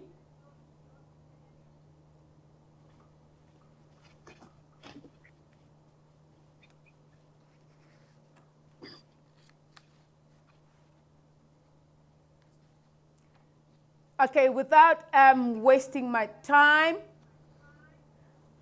I'm going to call our dearest sister, Dr. Dimakatso Malwela, who is the founder of the Women of Value in Africa, and also who is the founder of, leisure and business, initiative in the sector in South Africa in terms of tourism. Sister Dimakatso, the floor is yours. Thank you very much, my president. It is such an honor to be amongst women. And we had one gentleman who is supporting the sector and the most powerful and inspirational presentations that we have received today. And I think even for myself, I just felt that I am amongst, the most inspiring people who are presenting the information that I think it is so relevant at the time as this. President Cindy and Her Excellency, I want to acknowledge Her Excellency in this platform for joining us from Canada today, and all the women, young and old, who are attending this session. I think one thing that is standing out in this discussion for today, it has been the value chain and how women can leverage on that. We have spoken, I think most of our presenters, they have presented in terms of where the challenges are. I like the points that I think each and every speaker might have spoken, where they were talking about turning the challenges that are there to opportunities, adversities to opportunities. We know that there are many, industries within the sector of tourism of which women, they haven't been involved, within that. And we need to come up with an answer. So myself and President Cindy, we sat and we were thinking, because I remember way back in 2015, RITOSA, which was the regional organization of Southern Africa, it came up with a structure which was called SADC, Women in Tourism. As we know, I love this sector because it brings us together, how we know each other, how we can connect within Africa, how we can connect globally. It is through tourism. So it is a very powerful sector, which is also linked with other sectors. I always say tourism, it's not a standalone kind of a sector. You can see that for you to perform into this sector, there are other sectors that you have to use as a mode of transport or a mode of a link to take you to where you're supposed to be within this sector. So when it started, it was there. And I remember when I met, the first time when I met my sister, Sis Angela from Angola, it was through this regional tourism organization that was happening at that time. And unfortunately, things, it just happened that the organization was closed under SADC, and everything, when it comes to that structure, it also died. And we felt at that particular moment that actually the women in tourism structure, it's much needed. It is needed in Africa. It is much needed in Southern Africa. It is needed globally because it links us together and we bring our thoughts as women. And we are now engaging with other key stakeholders. And I think it is something that one of the speakers have alluded to, say, we need to work together. We need to build an ecosystem where we are going to bring, different key role players in the space of the sector. Because of all the challenges that we are faced with, there is no way that one stakeholder or two stakeholders can be able to resolve the issues. But today we are here saying, yes, let's come up with a solution to say, how do we move forward? And when I was also listening to all the the speakers, in this session today, I felt so strong that we are ready. We are ready to revive tourism sector as from today and, the years to come. Now, as we were thinking, we sat around and we said, we need to revive the sector, but we cannot revive it if we don't start. If we don't start talking about it, if we don't come together and say, let's talk about this. And after talking, it should not just be a talk. One of the speakers said, we must come up with a resolution. People are tired, to be attending the sessions, the conferences, year in, year out, but yet you don't see any implementation taking place. In 2019, UNWTO came up with a program called WETAP, which is Women in Tourism Empowerment Program. And one of their key goals, it was in entrepreneurship, to say how women, they can be developed, within the entrepreneurship space so they can grow within their businesses and also grow within the value chain of the tourism. Now, as we looked at all the challenges that they've been said, why this sector, within the sector, women are not growing, why within the sector, their businesses are not becoming sustainable, and all those kind of issues that are faced not only in one country, but it's a global issue. We had to then come up with a solution, which is called the ESD, the Enterprise and Supply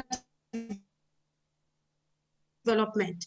Within the enterprise development, I always call a sustainable development value chain, whereby there are different components, the businesses in the tourism sector and related industries can become sustainable.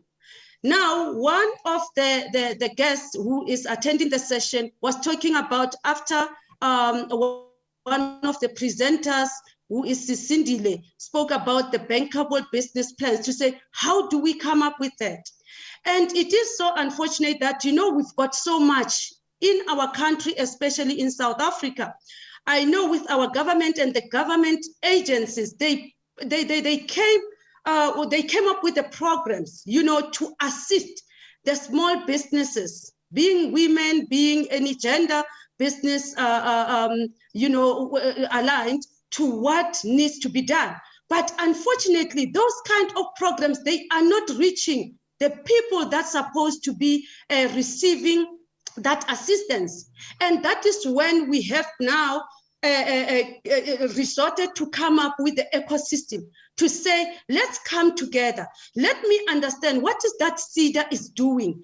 What offerings do they have to offer to those small businesses so that they can be able to become sustainable? And can we talk to also SIFA? Can you tell us what is that you are offering? Now, within the enterprise supply and supply development, we look at the issue one, the issue of entrepreneurship development, which include the skills development, both business skills and technical skills. If one has to come up with any, now we also saying women, they have to look at the value chain. Some of the industries, they have never been involved in those industries before. They've never been exposed to those industries before. Obviously, technicality or the technical aspect part of it needs to be adopted into that. Now, when you look at the entrepreneurship development, you have to look at all those areas of the skills development to say how the women, I will be talking more about women today, how the women can be upskilled so they are able to deliver accordingly. They can have an understanding of the industries that they are involved into. Number two, it is what we call the business development. Compliance is another hindrance if it is not done. Because if I have to be in any business and to access any funding, I need to be compliant. In South Africa, there are regulations. I need to be tax compliant. I need to have the sworn affidavit. I need to, there are all these things that I need to have in place. I need to have a bankable business plan, which is part of the business development within the enterprise and supply development. And the third part would be on the product development. For any product or service to be sellable, to your potential clients, it needs to be tested. It needs to be branded. It needs to have the look and the feel. Because if I have to buy a product, I buy in most cases, we buy the branding before we buy the content. And how women can also be introduced to this, how they have to understand that for their businesses, that they need to also, because now we are sitting and we're thinking, I want to be a supplier. I want to supply the hotels. I want to supply the restaurants. But is it that all my products, they have passed the standards that needs to qualify them to go into that sector or into the industry so they can be able to be competitive? That's another issue. And one other aspect that we look at within the enterprise and supply development, it is access to market. Any business, I can have all these products, great products, services, and everything, but without the market, then I'm not in business. And how, as women, we can be exposed, to those markets, not only in our country. Henceforth, we have to be looking at the regional markets. I am so happy, my president, because we had somebody from ACFTA, and as the members and the strategic partners of the global of business women, because that's where we want to know as women to say, now I've got my products. We had Matsepo, she's got such quality products that she came up with, and she is saying, I want to see my products being in other countries. How do we get that there? And this is the platform that we are opening as women and using the enterprise and supply development to say, we are bringing all these key stakeholders together. Let's talk about it and say how we are going to pass our products, not only in the borders of Africa, but globally so. The other fundamental issue is financial inclusion. We can all have these things. We have been having the issues around whereby, okay. Oh, sorry. So we've got the issues, regarding funding. It's one of those things. One, it can be because I am not compliant, and as I spoke about all the issues that, under the business development, including the bankable business plans that we spoke about. And I always say it's good, to get a professional, somebody to assist you with the business plan. But I think one needs to write her or his own business plan. And somebody can then come and look at that business plan and say, yes, it can work. When it comes to financials, you can work very close with an accountant and say, assist me, because if somebody is going to write your business plan and you're going to look for funding using somebody's brains, and for the business that when I write a business plan, it should talk to how I am going to implement, how I am going to be able to grow my business. So the business plan is something that one needs to be writing from their heart, from their vision of how they are envisioning their business and where they are seeing themselves in the next 5 years within their own business. Now, when we look at the financial inclusion, it is another part that we also brought all these key stakeholders together. We brought IDC, it's part of that. As I spoke about CIFA, we've got APSA, we've got NetBank, we've got even Telkom. They have introduced, funding for women for all the SMMEs, but I will be talking about women, so pardon me. So they offer the funding for women, for SMMEs or for businesses that has got the PO or the contract. So the issue of funding, it is because we haven't been talking to one another. That's number one. And number two, it is that we haven't been ready on our side as well. And the other part, I need to be able, to show that I will be able to pay back the money that I am going to borrow. So my business plans should show that the investment is worth it, because there are a lot of investors who would like to invest into the business. Cindy Lesh is also here, talking about the investment opportunities. So as women of value on the side of the ESD, we came up with this program to assist especially women, to say all the challenges that you are saying you are experiencing in terms of growing your business, growing your product. We are here to assist you to make sure that you go to another level. That is the program that we're working with different stakeholders, and we will always at all time, as we have partnered with our sister organization on global level, that we are going to be announcing to all of you, and you have to know about it, and you can get involved and you can be part of that. And the other program that we have introduced, it is what we call Pleasure. So with the Pleasure, it's a business and leisure events that is going to be launched on the 10th of December. We will be sending out the invitations. However, it's going to be also online and just few people in person due to other things that we had to also focus on. So with the business and leisure, we are talking about the MICE. We are talking about the events. We are talking about, because that's the only way that we have to come together. But how can we leverage on business events and, and the leisure at the same time? And those are the kind of programs that, we just put together.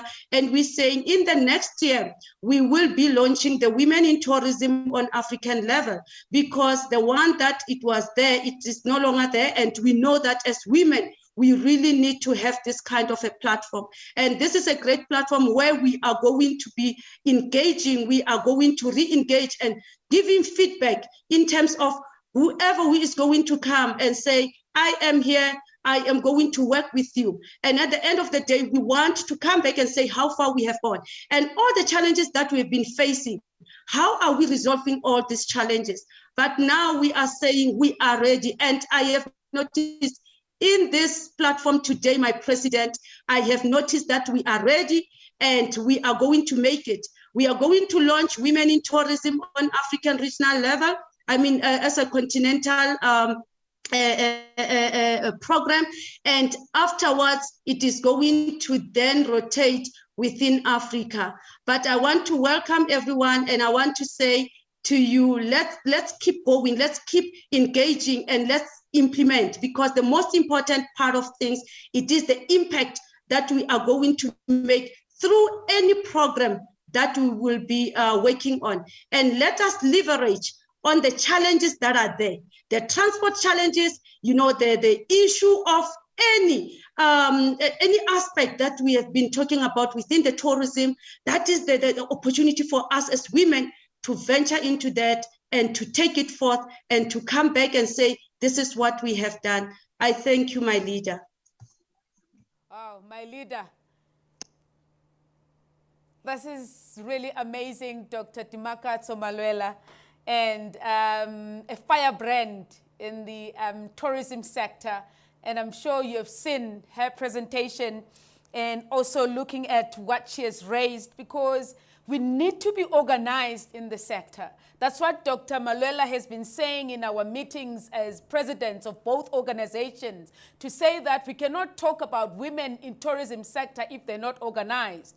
And the WTO wants is women to be organized in the continent so that they'll be able to actually provide services that will empower women in the sector.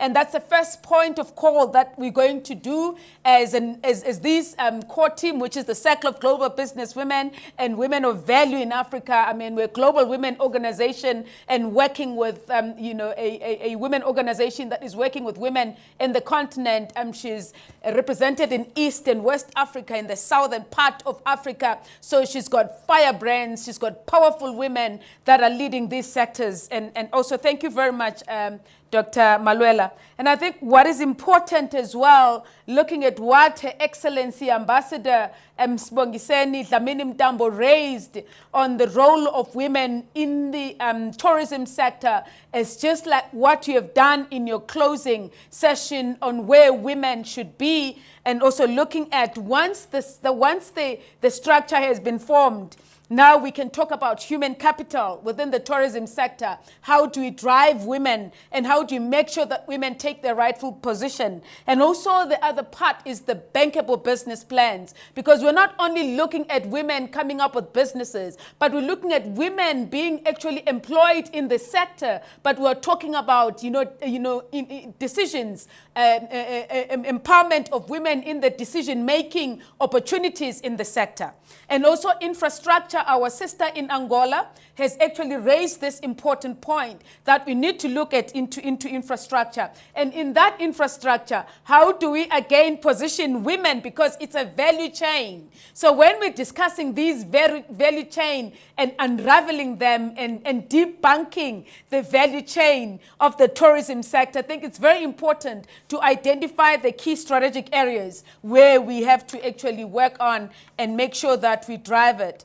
Now, on behalf of my dearest sister, Emmy Ashworth, who is sitting in a very strategic meeting today, she says that I must actually pass the message as a strategic partner to the Circle of Global Business Women. She's humbled and honored to actually have such great speakers like Her Excellency, the Ambassador, the IMF representative, Mr. Max Alier, who is a South African representative, and also thank you to the IMF group in Europe for actually welcoming us, in their home as a strategic partner, as a global women organization. We're really humbled and honored as well to all the speakers, You were embracing each other in your articulation of issues, because all of us that spoke in this platform were well versed about issues in the in the tourism sector.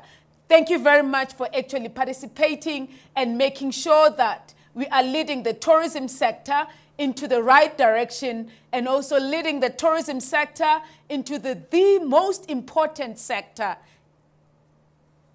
in Africa. But also, there are other sectors that are feeding to tourism. Agriculture is one of them. The wine industries in Stellenbosch.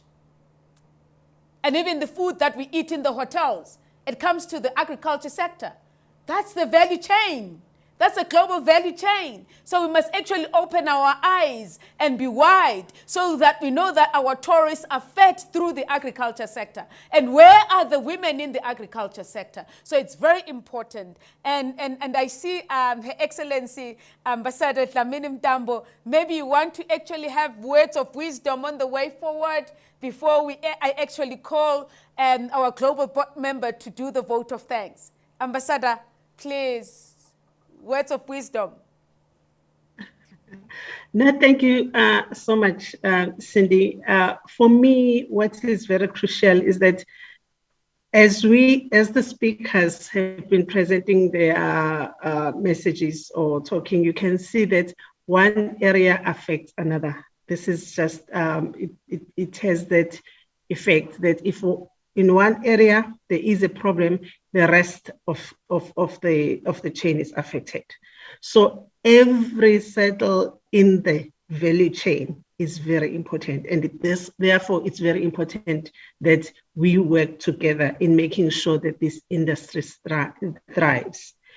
It's a very important industry, and as heads of missions, ambassadors, wherever we are, we just want to market our country. And we are relying on you to make sure that we have this product, this beautiful product. It's taken care of in every area for us to be able to market and to convince wherever our host countries that South Africa is a place to visit, and tourism is a place. Tourism is an industry that they cannot do without.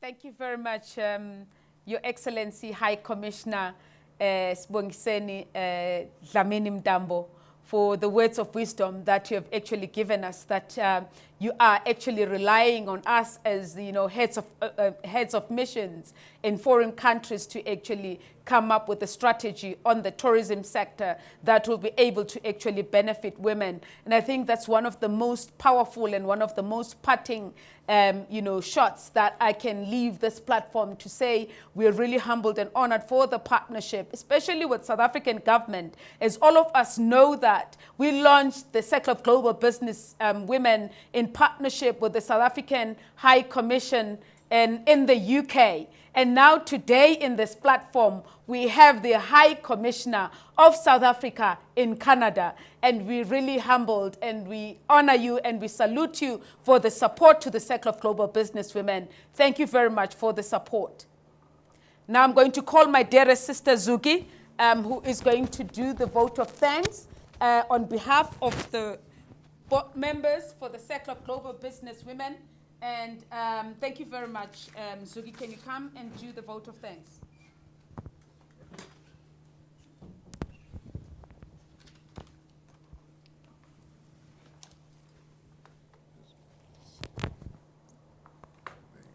Thank you.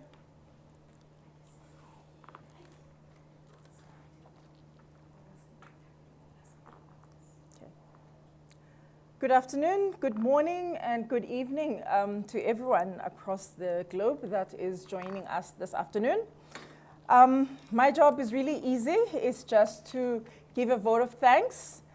Firstly, I'd like to thank Her Excellency High Commissioner of South Africa in Canada, Sibongiseni Dlamini Mtambo.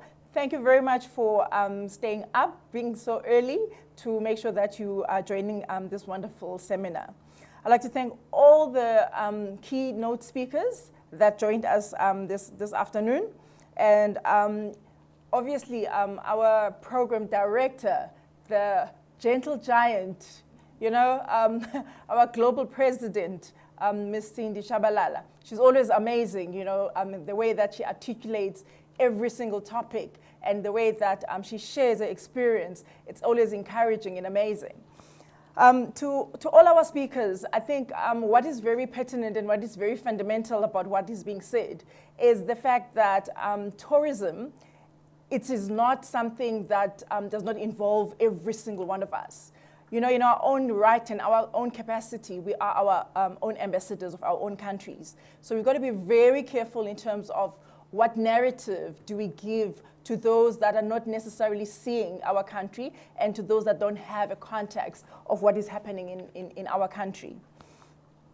We've all heard that this afternoon that what is very pertinent about the tourism industry is that we need to make sure that our products that we have are packaged properly. We also need to make sure that we meet the proper standards in terms of where we're taking our products to. If we're taking them to the market, we've got to understand. So that means we need to learn about what it is that we need to do and how we want to do it. That's very important. I mean, if you look at the impact that tourism has in terms of the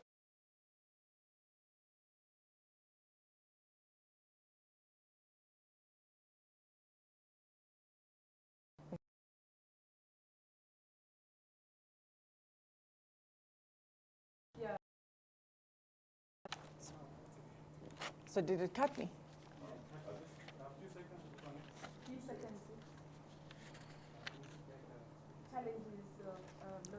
And yeah, we're switching over to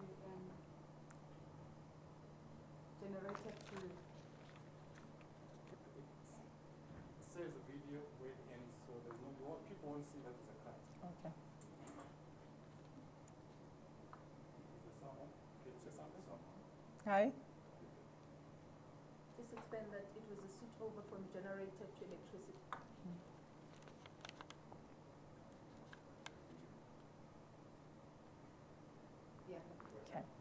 So we've been sitting with load shedding most of the afternoon. So this was just a switch over from the generator going into the electricity as the load shedding ended.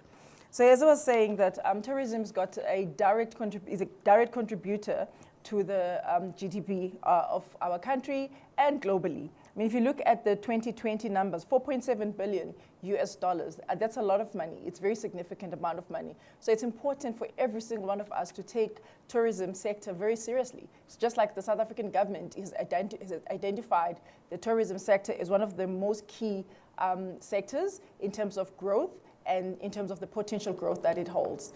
And like our president said, the tourism sector is linked to so many other sectors, which is like the agriculture, because if you look at all the food and all the products that are used in the tourism industry, they come from other sectors. So it's very important then to deem this sector as very important.